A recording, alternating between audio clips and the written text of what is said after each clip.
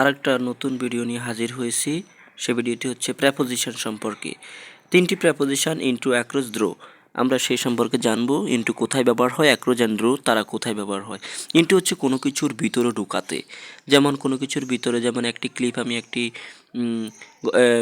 বোতলের ভিতরে ঢুকাচ্ছি, বা একটা কোনো কিছুর ভিতরে ঢুকাতে ইনটু ব্যবহার হয়। অ্যাক্রস হচ্ছে রাস্তা বা কোনো কিছু সংযুক্ত কোনো কিছু অতিক্রম হওয়াতে অ্যাক্রস। যেমন দ্রো হচ্ছে কোনো কিছুর ভিতর থেকে বাইরে গিয়ে পড়া।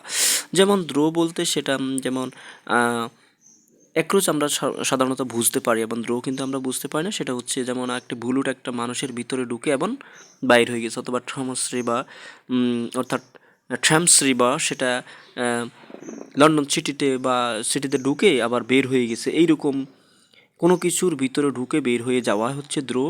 আর কোনো কিছুর উপর দিয়ে কোনো সংযুক্ত কোনো কিছু অতিক্রম করা, কোনো বাড়ি উপর দিয়ে অতিক্রম করে অন্য রাস্তায় গিয়া, এগুলো হচ্ছে অ্যাক্রোচ, বা কোনো রোডের উপর দিয়ে অন্য স্থানে যাওয়া অ্যাক্রোচ। আর ইনটু হচ্ছে কোনো কিছুর ভিতরে ঢুকানো। এখন আমরা নর্মালি একটা সাধারণ ভুল করি, সেটা হচ্ছে এন্টারের পরে আমরা সবসময় প্রিপোজিশনে ভুল করে ইনটু বসিয়ে দিই, কিন্তু এন্টারের পরে প্রিপোজিশন হয় না, কারণ এন্টার এর শব্দের ভিতরে একটি গোপন ওয়ার্ড আছে, সেটা হচ্ছে গ টু। এই টুটা থাকার কারণে এই এন্টারের পরে কখনো প্রিপোজিশন হবে না। যদি হয় তাহলে আমরা ভুল করেছি। ওকে, আমার এই ভিডিও শেষ। আসসালামু আলাইকুম রহমতুল্লাহি ওয়া বারাকাতুহু।